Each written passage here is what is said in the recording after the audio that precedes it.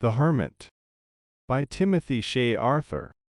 A traveler was once passing through a great wilderness, in which he supposed no human being dwelt. But, while riding along in its gloomiest part, he was surprised to see a hermit, his face covered with a long beard, that hung down upon his breast, sitting on a stone at the entrance of what seemed a cave. The hermit arose as the traveler drew up his horse, and speaking kindly to him, invited him to accept such refreshment as it was in his power to offer. The traveler did not refuse, but, dismounting, tied his horse to a tree, and, following the pious man, entered the narrow door of a little cave, which nature had formed in the side of a mountain. All the hermit had to set before the traveler was water from a pure stream, that came merrily leaping down the hillside, and some wild fruit and nuts. "Tell me," said the traveler, after he had eaten, "why a man with a sound body, such as you possess, and a sound mind,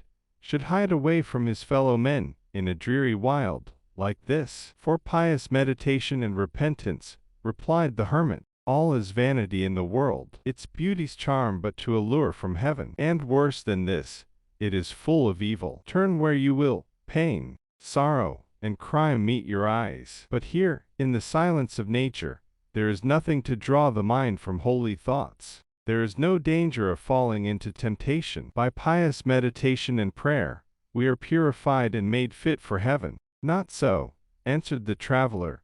"Pious meditation and prayer are of no avail without good be done to our fellow men. Piety is nothing without charity, and charity consists in willing well, and doing well to our neighbors. And now abideth faith, hope, and charity, says the apostle, but the greatest of these is charity. Hermit, you are not wise thus to retire from the midst of the busy world. Your service cannot be acceptable to God. Go back again among your fellow men, and faithfully perform your real duties in life. Heal the sick, comfort the mourner, bind up the broken heart, and in the various walks of life, do good to friend and enemy. Without this, how can you hope in the judgment to hear the Lord say, 'As much as ye have done it unto the least of these, ye have done it unto me'?" The hermit, at such unexpected words, bowed his head, and was silent. The traveler went on, and said, "You have committed a common error, in supposing that in holy meditation,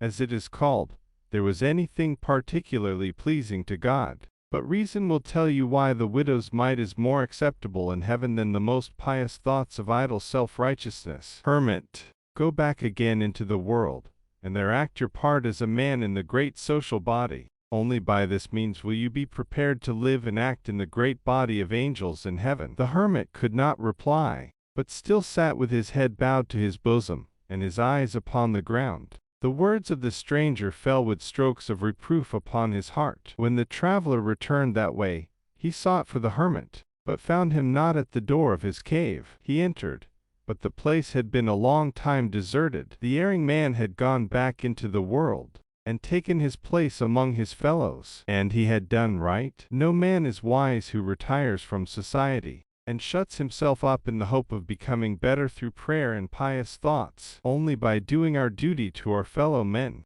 in some particular pursuit in life, can we hope to grow better and wiser. The end. Subscribe to my channel to receive notifications of new audiobooks. If you like the material, you can give it a thumbs up,